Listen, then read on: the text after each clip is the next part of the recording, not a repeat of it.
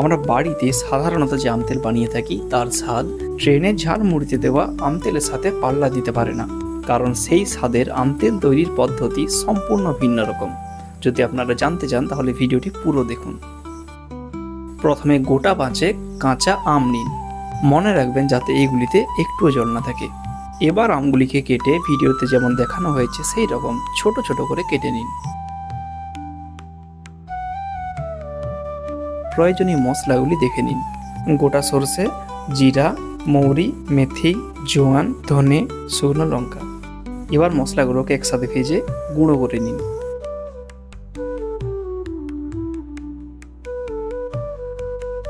এবার একটি পাত্রে একটি গোটা রসুন কুচিয়ে নিয়ে তাতে হলুদ, লঙ্কা আর সেই গুঁড়ো করা মশলা মিশিয়ে ভিনিগার দিয়ে মাখিয়ে নিন।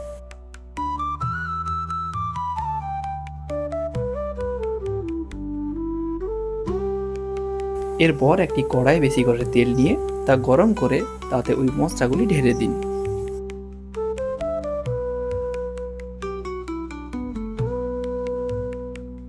এবার মশলাগুলি কিছুটা নাড়িয়ে নিয়ে তাতে 2 চামচ চিনি দিন।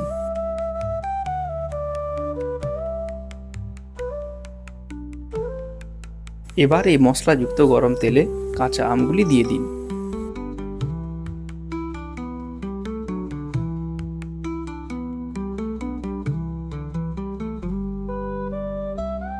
এবার পরিমাণ মতো নুন দিয়ে তা 5 থেকে 6 মিনিট ফুটিয়ে নিন।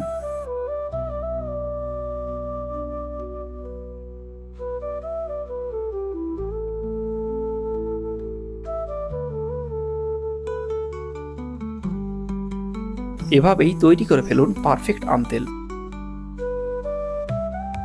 ভিডিওটি ভালো লাগলে লাইক দিতে ভুলবেন না, আর এই রকমই নিত্য নতুন ভিডিও পেতে আমাদের চ্যানেলটিকে সাবস্ক্রাইব করুন। ধন্যবাদ।